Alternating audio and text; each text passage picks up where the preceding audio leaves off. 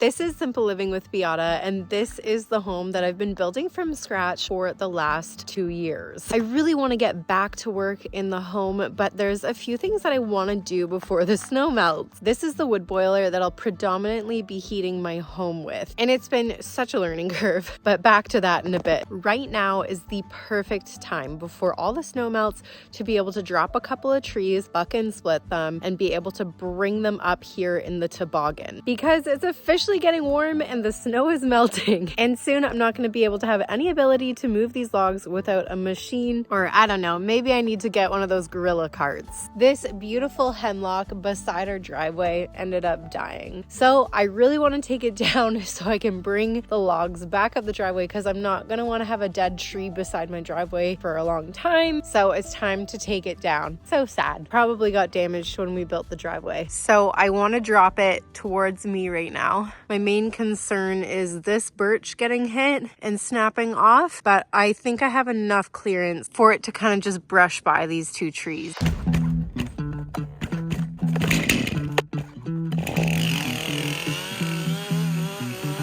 Whoever said starting it without the lock on is 100% right. I think still recommends you start it in the locked position, but man, that was a ton easier. Thank you for that. Time to cut the notch for the tree.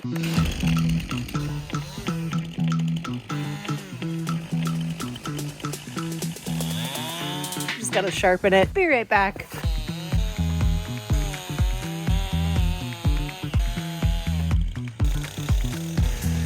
I have the back line marked out and I have my side lines marked out to show me where to stop going, because this is the hinge wood here. It controls the tree and you don't want to cut through the hinge wood. That's where you see videos on the internet of people cutting trees and them coming backwards instead of the way that they wanted them to come. They don't use wedges, they cut through the hinge wood and it falls backwards onto a house. Obviously, I'm not a professional, and do your own research before felling trees. And as you can see, I started hammering my wedges in because I cut as far as I could and there was only 10% hinge wood left, so I needed to tilt the tree forward another way. What the heck? It's hanging by a thread.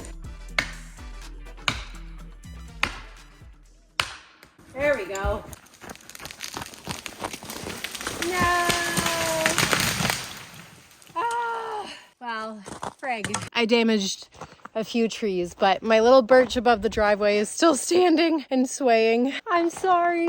Ah, dang it. But it's on the driveway now and I can cut it. There's just so much in the way. Honestly, it's not even that bad. There wasn't a ton of damage done. My birch is still standing.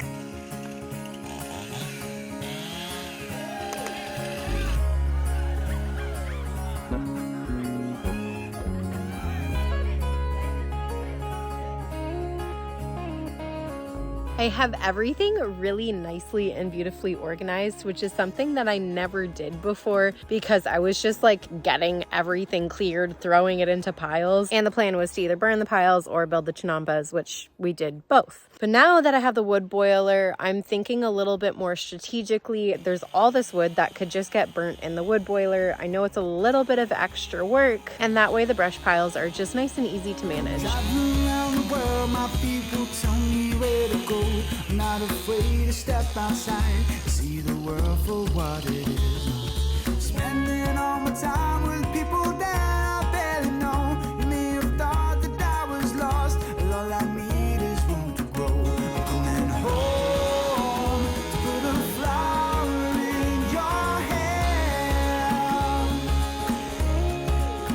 Thought you should know, ain't no place I'd rather be instead. So much more organized now, and it took me all of like 15 minutes to do, which isn't too bad. Now it's time to deal with the big tree, bucking and splitting. Anything that I can lift, I'll cut to length to fit in the wood boiler, and anything that I'm gonna have to split that I'm not necessarily gonna be able to lift will just get cut to regular-ish size, maybe a bit longer. Sometimes I feel alone, you know it's me and my guitar, looking up the darling stars, singing where we supposed to go now.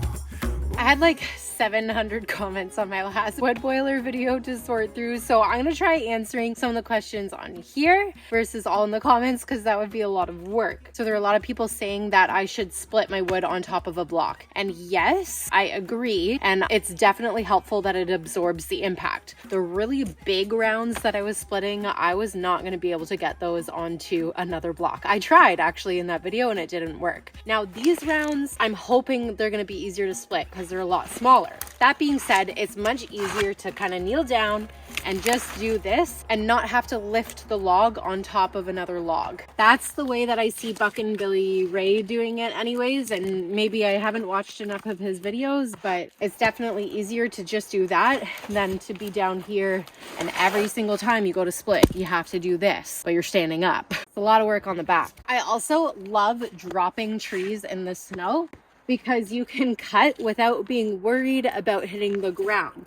You're just gonna hit snow, and as long as you're careful, you shouldn't hit the ground and ruin your chain. The next comment or question I've been getting is that I need a splitter, or why don't I have a splitter? I hear you guys, I truly do, and it's definitely something that I will likely invest in. Maybe this year, maybe next year. I'm not 100% sure. My issue is I need something that's going to be able to bring the logs to the splitter. If I'm out in the middle of the forest, I'd rather just split the wood and bring the wood back in a toboggan behind a snowmobile or something like that. Or I feel like I need to invest in a tractor or a skid steer or a UTV or something. I feel like you can't just have the log splitter. You need to have a machine to go with it. Like, how are you supposed to get the logs in the middle of the forest back to your log splitter? So that's a concern. So there's still a lot that I am sure I'm just uneducated on or unaware of, and I need to figure out. And I'd love your recommendations, but I really just don't know what to do yet. So I'm manually splitting when I can, and it truly is an amazing workout. And I mean, for something like this, where it's only taking one hit, it's really not that big of a deal. I would much rather split it on the spot than move it over to a splitter. I'm eating my words here right now. Oh, there's a knot. I see. This one's going in whole.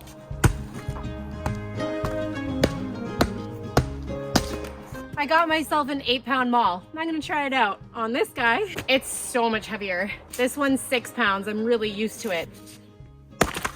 Oh, that's easy. Big knot in this one.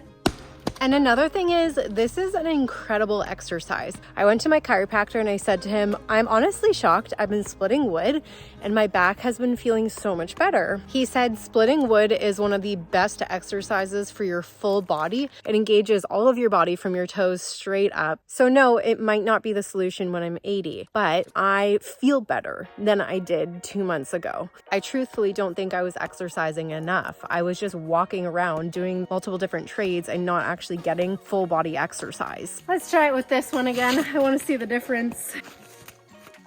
That's so much lighter. Honestly, both axes are fantastic. This one is so much easier to use, and I think it might have more power just because of that.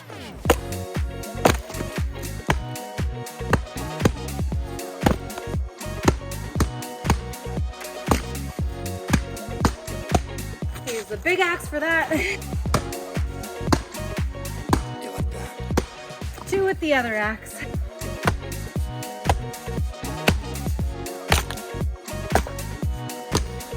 This splitting maul is amazing for the ones that don't want to work with the other splitting axe. So I'm happy to have both, and now I have quite the collection. Whoa, gotta be careful. Time to get this all cleaned up. And splitting that only took me 10 minutes, and that was with moving the camera 3 times and talking to the camera a bunch. It probably wouldn't have taken me nearly as long, maybe 5 minutes to split it all. I understand what you're saying about getting a splitter for the big rounds. I do. I just don't know how I'm gonna move those massive rounds over to a splitter. You know what I mean?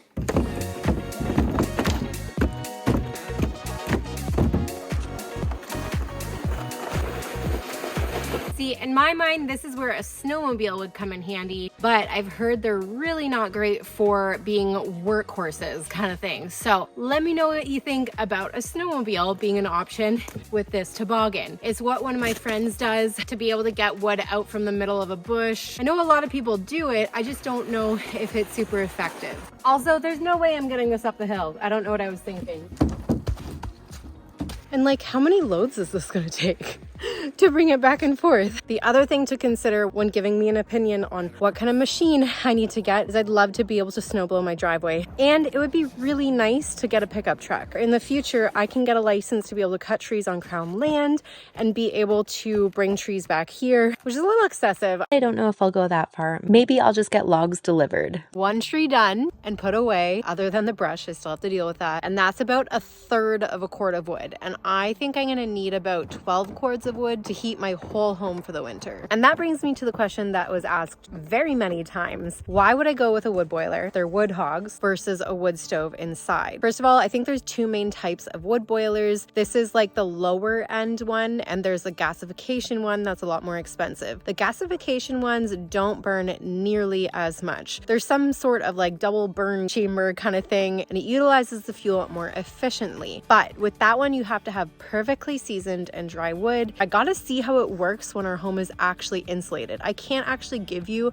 a full review on it yet. And another huge question I've been getting is, am I gonna build a wood shed, and am I gonna build a wood shed around the wood boiler? So for the people who you see online building their wood shed or a shop around their wood boiler, they have the gasification units. I'm pretty sure they can do that. I cannot. I don't have proper clearance from the front and the back for mine to be able to build a shed around it. I just wasn't fully sold on the gasification units just because of how finicky they are at being able to burn wood compared to the regular unit. I'm realizing I don't think I ever answered the question about why we decided to go with a wood boiler versus a wood stove in the home or a wood furnace in the home. And I'm not saying that this is better, but here are the differences between the two. With the non-gasification unit wood boilers, you can burn green or wet wood. It does not have to be perfectly dried out. You can also burn any type of wood in here: softwood, poplar, hemlock, birch. Whereas an indoor system, you have to burn hardwood. We really wanted to go with in-floor heating. First of all, it's super cozy. It's a radiant source of heat. It's a super efficient way to heat a home.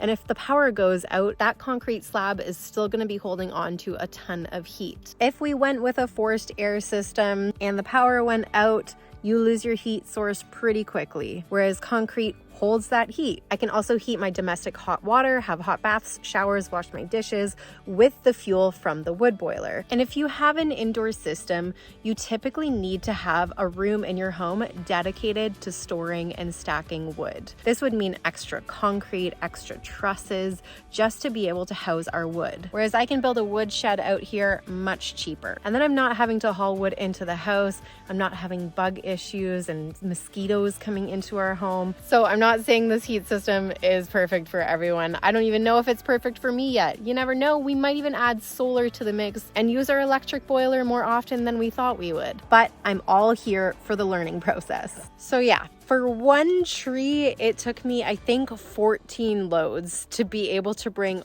all of this back up. I know it's not normal to use the brush, but look at all that wood. I really think that's going to be great for making maple syrup. But I desperately do need a solution where I'm going to be able to plow my driveway in the winter, potentially just be able to haul random things from soil to animal feed to bucked wood and more. I'm sure there's going to be plenty of uses. I'm leaning towards a tractor. I'd love to know your thoughts in the comments. I'd also love to know your favorite brand. We definitely don't have a lot of options. I would say Bobcat or Kubota are my contenders right now, and Bobcat would be more ideal for parts and service. One tree is done, cleaned up, and fully put away, and my day is done. I'll see you tomorrow. Good afternoon. Life being life, there has been a lot going on the last few days. But anyways, it's time to make some maple syrup. I've done lots of maple syrup videos in the past, so I'm not really gonna make like a whole maple syrup video again. They can get kind of repetitive, but I did want to answer some other questions that I've been getting in the comments. So on my last video, I talked a lot about getting my motivation back and really trying to enjoy the process of the build again. And I got a lot of comments about like needing to reduce my stress when it comes to the build. Honestly, the build really isn't stressing me out at this point. I'm just taking it one day at a time. It's already dripping. I got stuff in the bucket. I always do that. The build is a lot.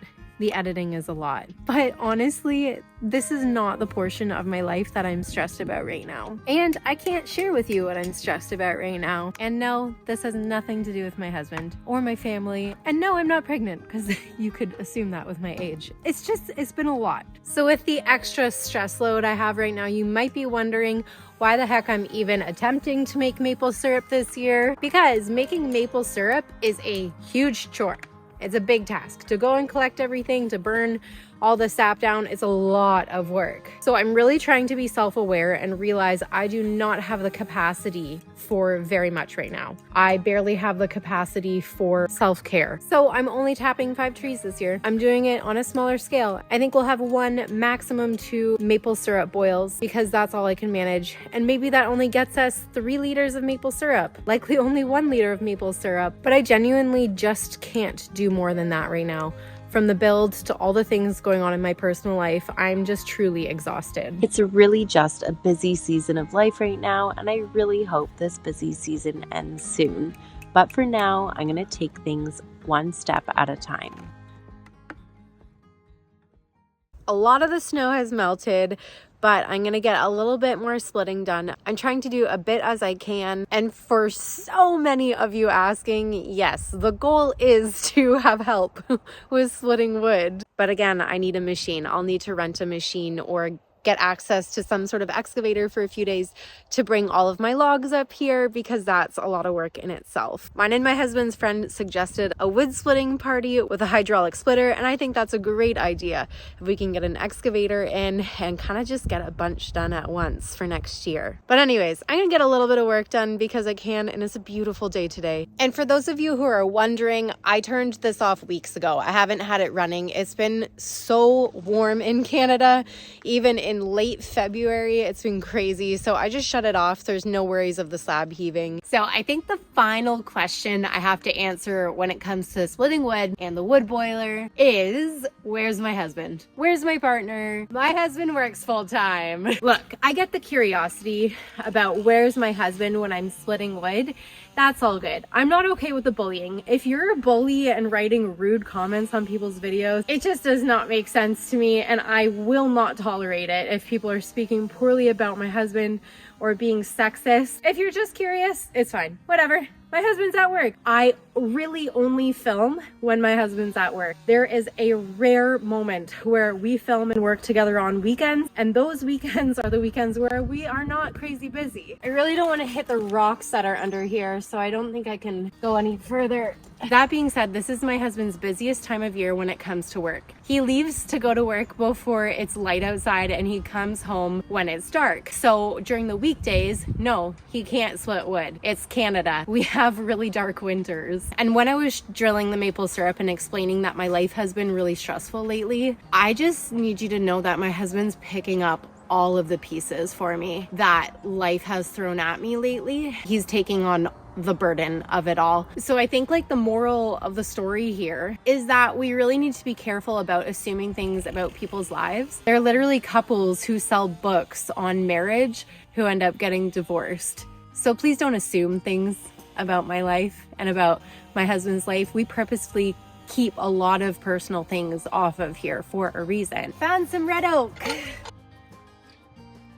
Nice. I didn't expect to be able to move the whole thing. That's awesome. After being a stay-at-home mom for 5.5 years, let me tell you something. Parenting is so much more effort than splitting wood. Did you guys know, on average, millennial dads, which my husband's a millennial dad, spend 3 times more time with their children than their father did?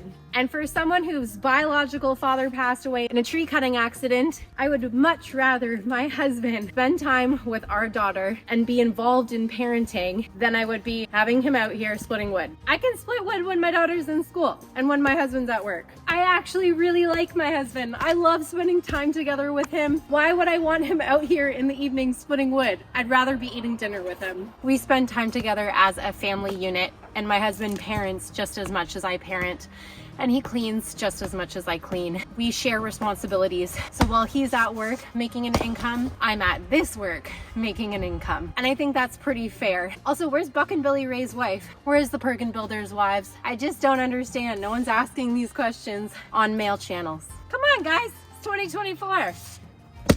Women like splitting wood.